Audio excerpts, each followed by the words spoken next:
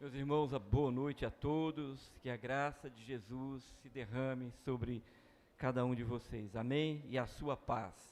Aqueles que nos visitam aqui, sejam bem-vindos, aqueles que estão em algum lugar ouvindo a transmissão desse culto, que também Deus possa abençoá-los, alcançá-los. Desejo do nosso coração é que este culto, tudo que fizemos até agora, cada oração, canção, as leituras que foram feitas, glorifique ao Senhor e possa apontar para Ele e que seu coração receba cada uma dessas mensagens. Hoje, um culto especial todos são, mas pelo motivo da ceia do Senhor, onde nós vamos pensar, estamos diante da mesa do Senhor, e que privilégio é isso para a igreja, para cada um daqueles que são discípulos de Jesus Cristo. Estar aqui à frente dessa mesa, poder participar dela, não tem a ver com status social, não tem a ver com sobrenome, não tem a ver com a conta bancária. É para todo aquele que um dia foi lavado pelo sangue de Jesus, o nosso Senhor. Esses têm o privilégio de poderem vir à mesa do Senhor e participar. Lembrando que no momento da ceia e a reflexão que sempre fazemos e não podemos esquecer, em lembrança, em memória, é que devemos olhar, e eu chamo já a sua atenção para poder começar a pensar, e é por isso que temos que fazer todos os meses, poderia ser todos os dias, toda semana, mas se estabeleceu que uma vez por mês, você deveria pensar olhando para trás e lembrando quem você foi, e o que você era, o que vivia, e o que Cristo fez por você na cruz. Mas olhar para hoje e lembrar que por causa do passado e da obra da redenção feita na cruz, Paulo disse em memória, você possa lembrar que quem tem se sustentado hoje, se você tem uma nova vida hoje, é porque um dia Jesus morreu por você.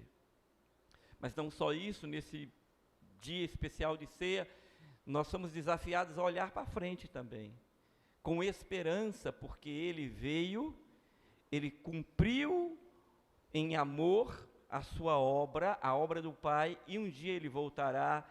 E no texto de 1 Coríntios, capítulo 11, 23, Paulo vai apontar e dizer que é até que Ele venha. Então somos também desafiados a olhar para o futuro, e apesar de tudo isso que temos visto, e o caminho que o mundo tem tomado, nós temos uma viva esperança em Jesus Cristo, nosso Senhor e Salvador. Amém? Mas eu quero nessa noite pensar com os irmãos no texto lá no Evangelho de João, Data Show vai colocar aí o pessoal da mídia, João capítulo 13. Estamos felizes também porque hoje lançamos nossa campanha de missões estaduais. Então, ore, participe, oferte, se puder vá também, nos ajude no Santa Helena, um campo missionário bem pertinho aqui. Teremos feijoada missionária nos próximos meses aí, será uma grande bênção. Então, campanha de missões estaduais, né, o DNA Batista, na Junta de Missões, nós estaremos orando e também ajudando para que Deus use esse movimento, através da Junta, para enviar missionários para o mundo todo, para pregar o Evangelho. Capítulo 13 do Evangelho de João, um texto muito conhecido. Eu quero ler com os irmãos vão acompanhar aí, a minha versão é NAA, a primeira versão dela, que vai dizer assim, está aí já? Evangelho de João, capítulo 13, diz assim: antes da festa da Páscoa, sabendo Jesus que era chegado a sua hora de passar desse mundo para o Pai, tendo amado os seus que estavam no mundo, amou-os até o fim. Durante a ceia, tendo já o diabo posto no coração de Judas Iscariotes, filho de Simão, que traísse Jesus, sabendo este que o Pai tinha confiado tudo nas suas mãos, que ele tinha vindo de Deus e voltava para Deus, levantou-se da ceia, tirou a vestimenta de cima e, pegando uma toalha, cingiu-se com ela. Em seguida, Jesus pôs água numa bacia e começou a lavar os pés dos discípulos e a enxugá-los com a toalha com que estava cingido. Quando se aproximou de Simão Pedro, este lhe perguntou: vais lavar os meus pés, Senhor? Jesus respondeu: O que eu faço você não compreende agora, mas vai entender depois. Então Simão disse: Senhor, nunca lavará os meus pés. Ao que Jesus respondeu: se eu não lavar, você não terá parte comigo. Então Pedro lhe pediu: Senhor, não somente os pés, mas também as mãos, a cabeça. E a cabeça. Jesus respondeu: quem já se banhou não precisa lavar nada a não ser os pés, pois quanto ao mais já está tudo limpo, e vocês estão limpos, mas nem todos. Pois ele sabia quem era o traidor. Foi por isso que disse: nem todos estão limpos. Depois de lhes ter lavado os pés, Jesus pôs de novo as suas vestimentas e, voltando à mesa, perguntou-lhes: vocês compreendem o que eu fiz a vocês? Vocês me chamam de mestre e de senhor, e fazem bem, porque eu sou. Ora, se eu, sendo senhor e mestre, lavei os pés de vocês, também vocês devem lavar os pés uns dos outros, porque eu lhes dei o exemplo para que, como eu fiz, vocês façam também. Em verdade lhes digo que o servo não é maior do que o seu senhor, nem o enviado maior do que aquele que o enviou. Se vocês sabem essas coisas, felizes são se as praticarem. Não falo a respeito de todos vocês, pois eu conheço aqueles a quem escolhi, mas é para que se cumpra a Escritura: aquele que come do meu pão levantou contra mim o seu calcanhar. Desde já lhes digo isso antes que aconteça, para que quando acontecer, vocês creiam que eu sou. Em verdade vos digo: quem recebe aquele que eu enviar, recebe a mim, e quem recebe a mim, recebe aquele que me enviou. Curve sua cabeça, vamos orar. Santo Deus, querido Pai, muito obrigado por estarmos aqui. Obrigado pelas canções entoadas, obrigado pelas orações feitas, obrigado, meu Deus, pelos textos lidos, obrigado por esse momento tão especial. Estamos diante da mesa do Senhor, o que simboliza para a Igreja de Jesus Cristo o ato da redenção, a obra feita em resgate de muitos nesta noite. Eu lhe peço em nome de Jesus, que pelo teu Espírito tu possas penetrar como óleo e derramar no coração daqueles que estão aqui, daqueles que escutam a transmissão desse culto em algum lugar, e que de forma especial, como só o Senhor pode fazer, o Senhor possa tocar os corações, falar aos corações nessa noite, responder os questionamentos, também os anseios do coração, acalmar a alma daqueles que estão ouvindo a Tua palavra, produzir fé, libertar o ser, quebrar as cadeias, Senhor, ó Deus, tirar a cegueira espiritual, e que a Tua palavra traga consolo e esperança, sobretudo que possamos aprender e colocar em prática tudo aquilo que o Senhor nos ensina através das Sagradas Escrituras. Assim nós oramos desde já, em nome de Jesus. A igreja diz, amém.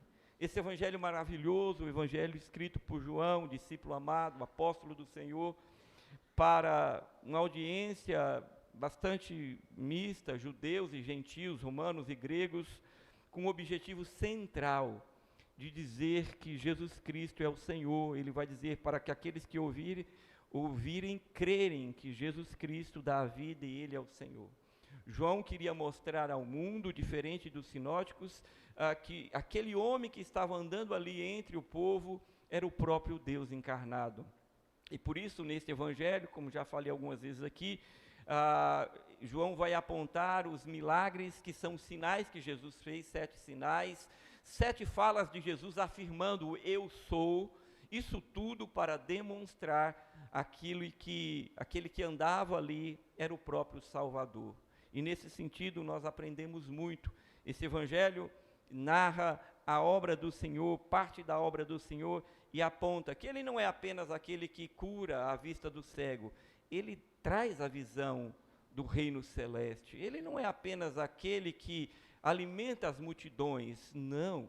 Ele é a própria substância que alimenta o homem, para dizer que ele não é apenas aquele, como numa canção que cantamos aqui, sacia ou dá água para os sedentos, para o seu corpo, mas ele é aquele que é a água da vida que vai saciar o seu interior e nunca mais você terá necessidades do ponto de vista espiritual, porque ele será suficiente na sua vida. Para dizer, então, João escreve, narra os feitos do Senhor, para dizer que não foi uma questão de Lázaro levantar do túmulo, porque Lázaro morreu novamente, mas para dizer ao mundo que Cristo é a ressurreição e a vida, e ainda que morra, aqueles que creem nele viverá para sempre. Veja que coisa maravilhosa é quando o Senhor aponta, através do texto sagrado, esta obra. E aqui, a partir do capítulo 13, Jesus já preparando-se na véspera, quinta-feira, a horas de ser pego, ele seria, então, ele prepara ali em Jerusalém, no cenáculo, com seus 12 apóstolos, esta ceia, apontando para si mesmo, dizendo, eu sou o sacrifício. A partir de agora, o Senhor, a partir desse texto e desse momento, eleva tudo aquilo que o judaísmo conhecia como tradição, que apontava para ele, mas que agora a dimensão será muito maior, porque ele diz, eu sou o Cordeiro, sou eu o Salvador, o sangue será o meu derramado, em definitivo, não haverá mais tradição, apontando para a igreja a sua obra redentora. Também preparando o coração daqueles homens, que eram os discípulos, os apóstolos, para o momento de separação, porque a gente sabe que não seria fácil para eles. Então Jesus ali prepara esse momento, está com os seus discípulos nesse momento, trazendo lições tremendas.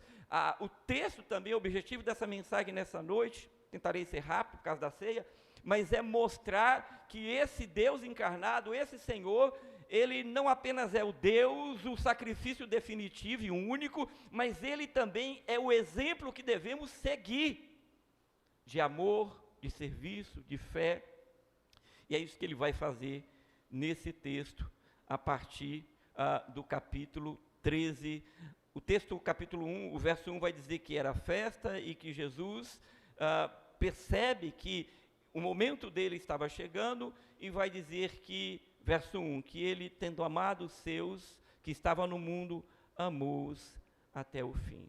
A primeira coisa que vamos aprender aqui é que o amor de Deus não é limitado, não é condicional, não está sobre um contrato que se você fizer assim, eu vou com você, mas se você quebrar, eu abandono você. Não é assim que funciona. O Senhor coloca aqui e nos ensina uma perspectiva de amor, de um amor que vai. E aqui não é uma questão cronológica, irmãos, aqui é uma questão de cruz. Ele disse, tendo amado os seus, amou-os no mundo, amou-os até o fim.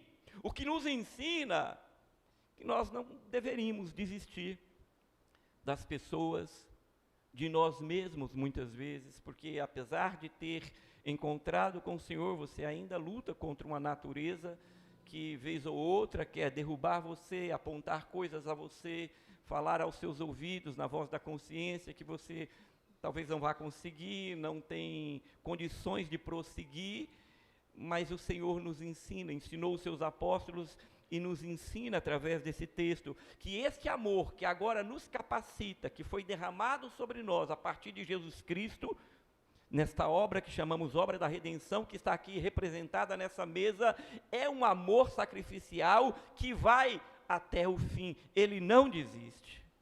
Por isso, meu querido irmão e ouvinte, se você tem pensado em desistir de alguém ou de alguma coisa, por questões de lutas diárias, ou problemas que aparecem na vida, ou por uma insatisfação, ou por uma decepção, deixe eu dizer, aprenda com Jesus, que aqueles que têm o amor de Deus no coração, não são de desistir, porque Deus não desistiu de você, amém? Deus não desistiu de você, Ele foi até o fim, por sua vida, para que você tivesse vida e vida em abundância. Verso 2, durante a ceia, tendo o diabo posto no coração de Judas Iscariotes, filho de Simão, que o traísse.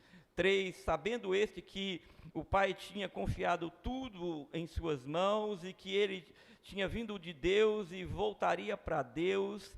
E eu queria dar uma pausa aqui no verso 3, e expondo esses 2 versos, a gente aprende aqui uma outra lição tremenda da parte do Senhor. É muito bom sentar e estar em um ambiente gostoso, onde somos amados, aceitos e queridos. Mas Jesus nos ensina algumas lições aqui, e a segunda lição que ele nos ensina aqui, é que Jesus estava sentado e ia ceiar, irmãos, com um traidor sentado à sua mesa. Você tem ideia do que seja isso? Do que isso significa? O texto sagrado vai dizer, durante a ceia, tendo já o diabo colocado no coração de Judas, que traísse, Jesus sabia que aquele homem que estava ao lado dele, irmão Edilson, iria traí-lo. Já estava tudo planejado. Mas ainda assim ele permite que Judas esteja ali e participe daquela ceia. E ele come com Judas. Jesus, ele não permitiu que o seu coração fosse tomado por nenhuma ira, por nenhum rancor. Não. Ele simplesmente permite, sabendo, fala, mas ele era Deus, 100% Deus, mas também era 100% homem. Ele sentiu dores, ele pediu que o cálice fosse passado, se possível. Ele chorou quando viu pessoas sofrendo, ele se compadeceu quando viu multidões. Então, veja, existia o lado humano de Jesus, mas ele estava ali com seu algoz direto, sentado à mesa, fazendo e participando, ensinando os discípulos, o que nos ensina, que muitas vezes nós reclamamos, dizemos fulano, beltrano, a infidelidade, o mundo não é justo, as pessoas não são justas, e apontamos para esse e para aquele, e não estamos dispostos a engolir, como dizem por aí, nenhum sapo, não estamos dispostos a passar por nenhuma crise ou luta, e até mesmo andar alguns quilômetros com alguém que não seja dos nossos maiores amores, mas o que o texto sagrado nos ensina, pelo exemplo de Cristo, é que o contrário nós devemos. Lá no Antigo Testamento, o Senhor vai dizer assim, quando um profeta reclama, farte-se de afronta, farte-se de afronta. Não é fácil conviver com pessoas diferentes, e muitas vezes que estão tramando, mas o texto nos ensina que Jesus sabia, e ele estava ali porque ele confiava, sabendo que o Pai lhe tinha confiado tudo em suas mãos, que ele tinha vindo de Deus, e para Deus voltaria. Então, o ponto aqui é, eu posso até ter algum receio, medo no coração, mas isso não pode tomar a minha vida, porque o ponto é apontar e confiar em Deus. Precisamos fazer esse exercício, porque corremos risco todos os dias, desde a hora que levantamos, a hora que dormimos. E se a nossa confiança não for em Deus, se Ele não é o nosso refúgio e fortaleza, socorro bem presente na angústia, quem será? Em quem você confia? Vamos mudar de país, de cidade, de estado, de bairro, por termos divergências e muitas vezes Judas perto de nós. O texto sagrado nos ensina a confiar em Deus, ainda que, porque Deus não perde o controle de nada. Deus, em sua soberania, controla todas as coisas, mesmo aquelas que são amargas ao nosso paladar. E eu queria dizer para você nessa noite, que o Senhor está contigo. Que ainda que um exército se levante contra ti, trame contra ti, confie em Deus, se coloque diante de Deus, deixe que Deus cuide disso, porque é o que Jesus nos ensina. No verso 4, o texto vai dizer, e ele se levantou da ceia, tirou sua vestimenta e cingiu de cima, e pegando uma toalha, cingiu-se com ela. Aqui nós vamos ver que o texto vai nos levar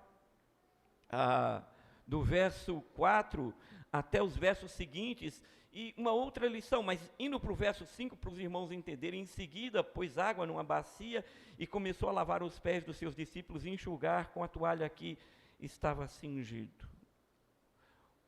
Outra coisa que podemos aprender aqui sobre esse momento tão sublime que Jesus passa, é que, meus irmãos, o Senhor, o Mestre, estava quebrando aqui paradigmas, destruindo todo um sistema religioso e ensinando sobre vida. Era incompatível, era fora do padrão, alguém na posição de Jesus, fazer esse gesto que ele vai fazer a partir do verso 4, sendo o mestre. Daí explica-se um pouco a rejeição de Pedro, que tinha algum sentido, porque isso era para escravos, não era para um mestre, não era para um judeu. Mas Jesus, ele se levanta e ele tirou as suas vestimentas e, pegando uma toalha, cingiu-se com ela e começa a lavar os pés dos discípulos. Verso 5, ele pega uma bacia e começa a lavar os pés dos discípulos e enxugar com a toalha que estava cingido.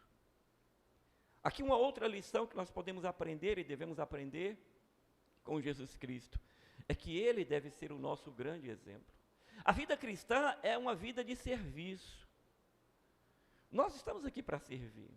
Ora, eu não sei se você já parou para pensar, mas não pense que é só esse pastor, e se não fosse a liderança dessa igreja, eu queria te fazer refletir sobre isso. Todos os eventos, por exemplo, eu vou usar agora o mais recente, o mês da família. Foram muitas coisas que aconteceram nessa igreja. Tivemos momentos maravilhosos de comunhão aqui, em praia, tivemos batismo e tantas coisas que fizemos.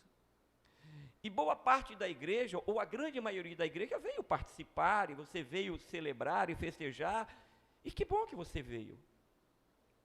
Mas você só veio porque era alguém colocou uma toalha, se cingiu e foi servir.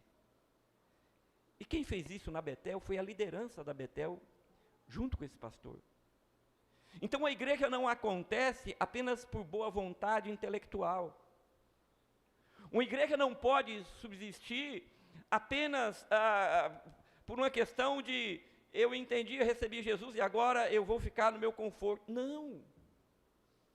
Pessoas estão servindo. E o mês de maio aconteceu porque a liderança dessa igreja se levantou, e irmãos também participaram, eu sei disso, mas com a direção da liderança dessa igreja servindo, para que todos os eventos acontecessem, pessoas estavam fazendo exatamente aquilo que Jesus ensina, servindo, porque nada aconteceu assim, caiu do céu e aquela casa de praia ficou pronta, e tudo ali ficou pronto, não funciona desse jeito. Jesus era Senhor, mas Ele nos dá o exemplo de serviço,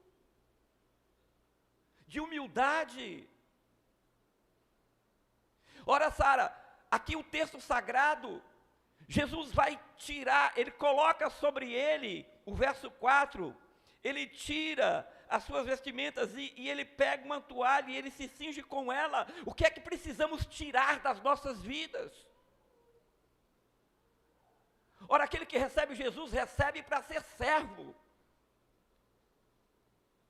Não importa o título que você tenha, a formação que você tenha, que você a use para a glória do nome de Jesus Cristo aí fora, mas aqui dentro você é só um servo de Jesus Cristo.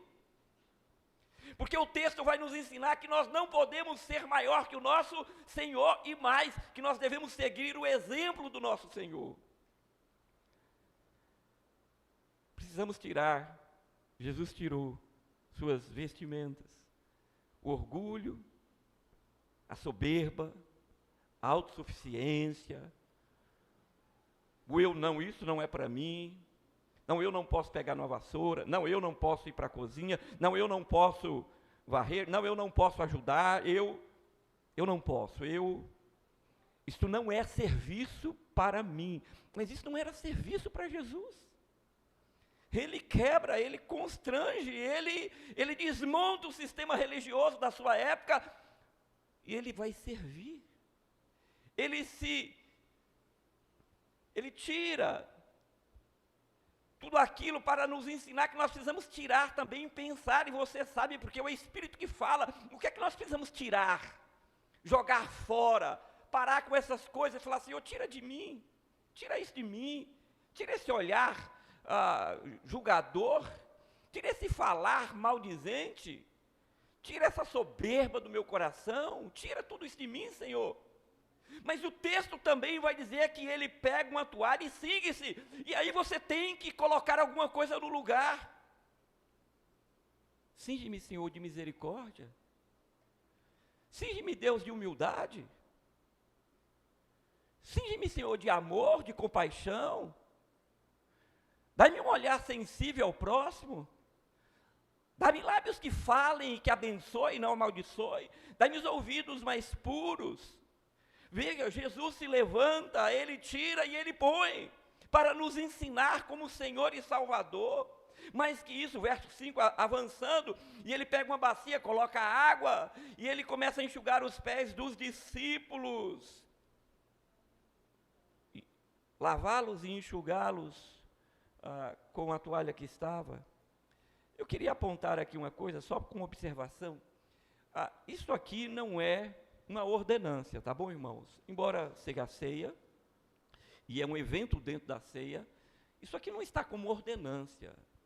Eu sei que algumas igrejas até ensinam isso como se fosse uma ordenância. Isso aqui é mais um conceito de princípios e valores éticos, morais e espirituais, mas não que a igreja seja obrigada a fazer o lava-pé, como descrito aqui no texto. E eu digo isso porque conheço igrejas que ensinam que como Jesus fez, nós temos que fazer.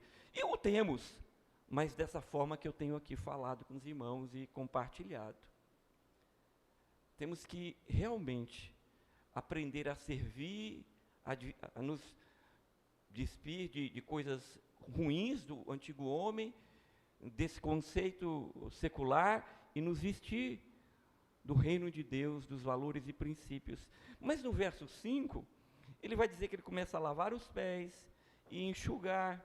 E no verso 6, adiantando, e quando ele se aproxima de Simão, Pedro pergunta, tu farás isso comigo, Senhor? E no verso 7, adiantando, Jesus responde, se eu não fizer, você não tem paz, você não compreende o que eu faço agora, mas vai compreender depois. Aqui é a imaturidade de Pedro. Adiantando, verso 8, então Pedro diz, Senhor, nunca lavarás os meus pés. O que Jesus responde, se eu não lavar, você não tem parte comigo.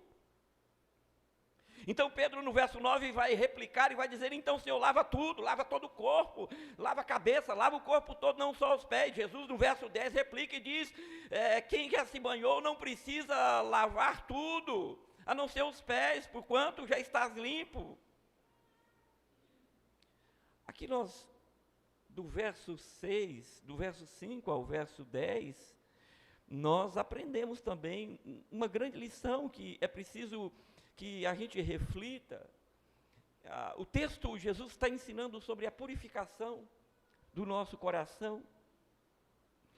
O contexto aqui, a história, o pano de fundo aqui é Palestina. Não tinha essas ruas calçadas bonitas que nós andamos. Não existiam carros fechados, de várias marcas, climatizados, que você sai e entra no lugar e o perfume fica ali cheirosinho, porque você não suou, não tinha nada disso. Eram jumentos, camelos, muita poeira, e apesar das roupas daquele tempo cobrirem praticamente o corpo todo, as sandálias, os irmãos sabem, aquelas sandálias fitadas, os pés estavam descobertos.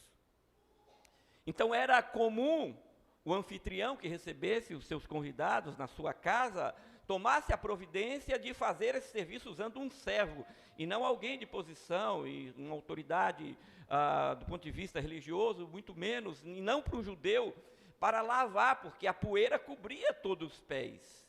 Mas o corpo todo estava limpo, no sentido que a poeira não tinha caído, porque já tinha a coberta ali, a roupa cobria, mas os pés estavam sujos. Então Jesus vai a Pedro, e Pedro, cheio de orgulho e também com um pouco de falta de compreensão, diz, o Senhor não pode fazer isso. E eu entendo Pedro até certo ponto, porque Pedro estava dizendo, mas isso não acontece no nosso meio, isso não é compatível na nossa fé.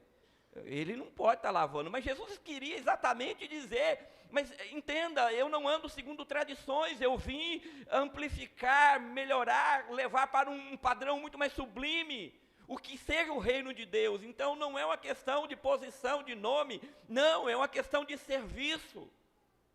Por isso na pastoral, na leitura responsiva, eu já construí para chegarmos aqui. Então Pedro realmente estava confuso, mas o Senhor começa a dialogar com ele, é um vai e vem ali no diálogo, e Jesus fala, se eu não lavar, você não tem parte comigo. Isso aqui fala de purificação. E quando o Senhor fala o corpo todo, não, Pedro, porque Pedro fala, então lava o corpo todo. Pedro sai do 8 para 80, não é? Tem gente que é assim, sai do 8 para 80, impressionante, mas não. Jesus fala, não, o corpo todo não, mas você já foi regenerado, você já foi justificado, mas o pecado ainda habita em você. Nós estamos livres do poder do pecado, mas não da presença do pecado. Por enquanto nós estamos ainda falhando, e por isso que João, esse mesmo João lá na frente, vai nos ensinar, não pequeis, mas se vocês pecarem, tem um advogado nos céus, porque ainda falhamos. E o texto está nos ensinando o processo de purificação. Jesus está dizendo, vocês precisam continuamente serem limpos. E eu não estou falando de salvação, mas do processo de santificação. E o que nos limpa? Cristo nos lavando. A linguagem para o judeu era comum lavar, mas não a pessoa que estava lavando. Mas para nós, quem nos lava? Os meios de graça, os exercícios espirituais, quais sejam? Leitura da palavra, oração, comunhão, congregar-se, jejuar, são meios pelos quais Deus vai limpando o coração do seu povo. Não pense que você possa viver uma vida cristã isolada, à parte, do seu modo, do seu jeito. E Jesus então ensina a Pedro. E aqui nós aprendemos que nós precisamos ter humildade e reconhecer o que a própria Bíblia ensina, que sem Deus nada podemos fazer. Que a vereda do justo é como a luz da aurora, que brilha. Nós estamos em um processo, Paulo vai dizer, desenvolva a vossa salvação, a vossa santificação.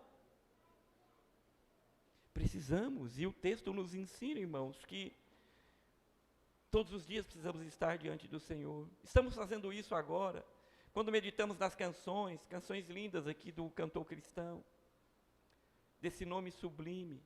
Eu amo essa canção do cantor cristão, esse nome poderoso, a palavra, a água que regenera, a água da purificação, é o que Jesus vai apontar.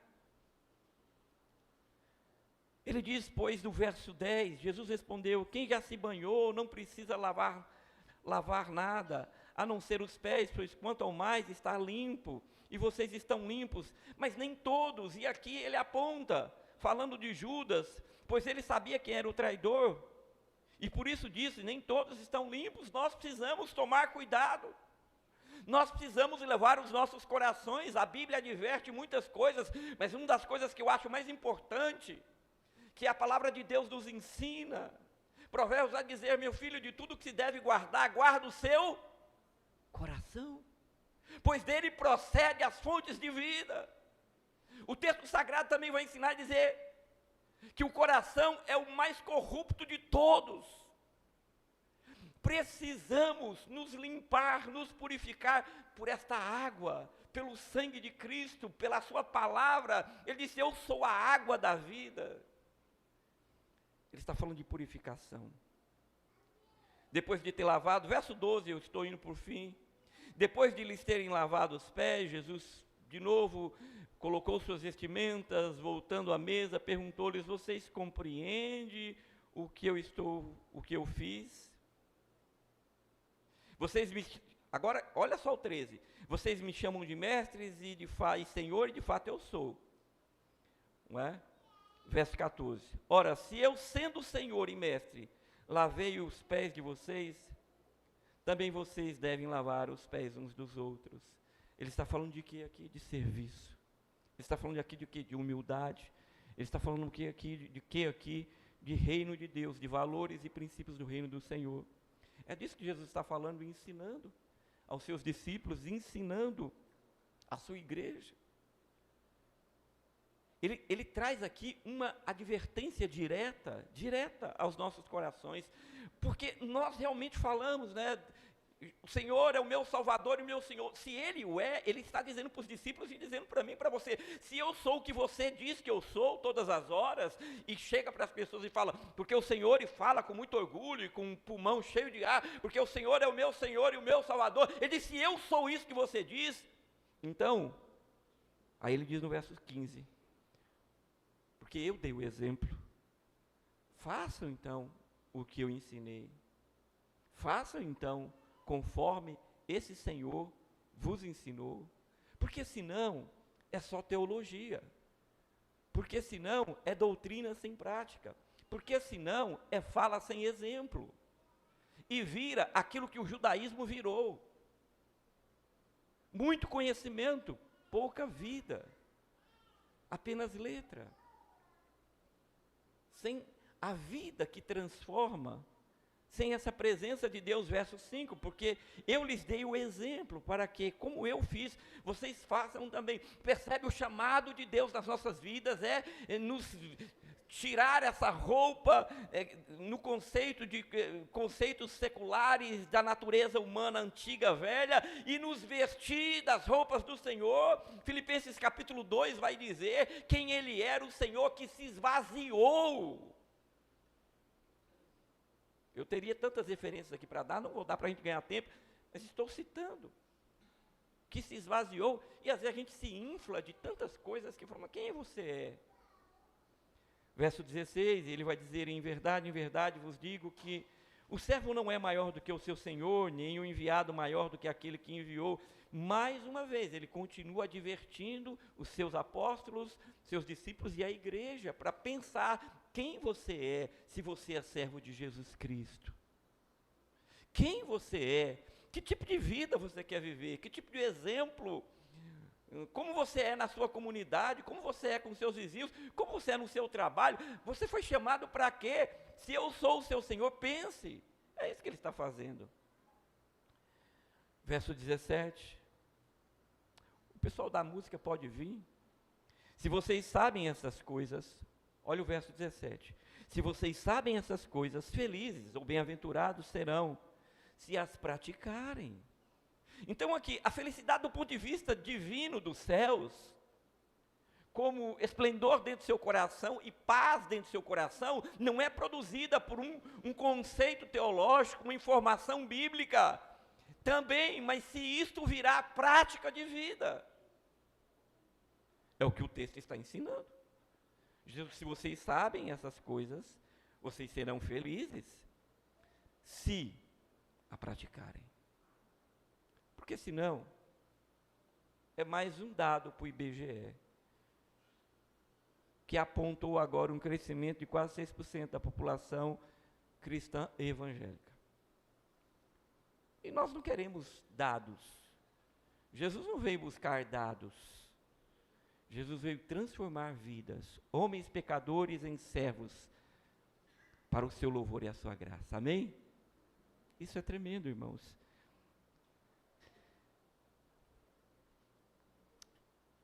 Ele vai terminar lá embaixo, no verso 19, que alguns, desde já lhes digo isso, antes que aconteça, para que, quando acontecer, vocês creem que eu sou. Olha aqui, eu falei de 7 vezes que ele vai apontar isso no Evangelho de João.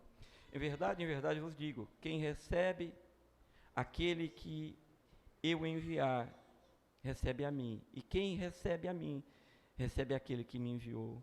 Ele termina apontando para ele, para o evangelho que precisa ser pregado, divulgado, falado. Ele vai falar de rejeição. No texto está, dá-se a entender no texto que se tem aqueles que recebem, tem aqueles que não recebem também, mas recebem a quem? Precisamos pregar o evangelho, mas esse evangelho puro, esse evangelho de transformação e de bênção. Eu queria então tirar aqui, irmãos, algumas lições desse texto, rapidamente, para que a gente possa finalizar a nossa reflexão. A primeira coisa que nós vamos aprender aqui, pela palavra de Deus, é que Jesus é o nosso grande exemplo. O texto nos ensina sobre exemplo. O texto fala sobre exemplo. Quem tem sido o seu exemplo? A segunda coisa que vamos aprender nesse texto é sobre santificação. Como está o processo de santificação? Você não está pronto, você está sendo transformado. Você está sendo de glória em glória. Deus está agindo na sua vida. Não acho que você possa caminhar sozinho, longe da palavra do Senhor. Qual é o seu compromisso? Jesus fala aqui sobre santificação. A terceira coisa que aprendemos nesse texto, e é importantíssimo, é sobre humildade. A vida cristã, podemos ter diversas profissões aí fora e termos cargos, poderíamos ter juízes aqui ou qualquer outra coisa, temos médicos aqui, tem uma médica aqui na minha frente, talvez tenha outros, talvez advogados, e que bom, que Deus use o conhecimento científico e te use lá fora como canal de bênção, mas aqui dentro não existe nada disso. Tem pastor que chega e dá uma carteirada às vezes quando vai pregar, e muitas vezes colocando o currículo, e até a gente quando vai apresentar, fulano é doutor não sei o quê, fulano é formado não sei o quê, e que bom que tudo isso vale, estudar é importante. Agora aqui em cima só vale uma coisa, é ser pastor no sentido de conhecer a palavra de Deus e ser um instrumento à disposição do Espírito Santo. O resto guarde para lá fora, aqui dentro não adianta. Porque você fala como pastor, você fala inspirado pelo texto sagrado, pelo Espírito Santo, então não adianta. Aqui todos somos iguais. Somos servos do Senhor. O texto nos ensina, em terceiro lugar, sobre ser servo do Senhor. Santificar, acompanhar o exemplo de Jesus, ser servo para humilde e servir uns aos outros. E por fim, o texto vai nos apontar e nos ensinar que precisamos tirar e colocar.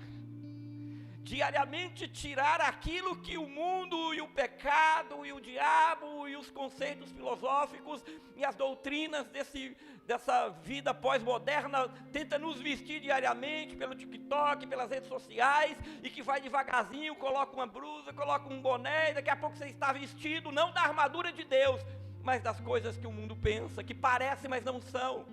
Ele diz, tira isso, Jesus tirou, e se vestir dos valores eternos do reino de Deus. Amém? Que Deus aplique esta palavra no coração da sua amada igreja.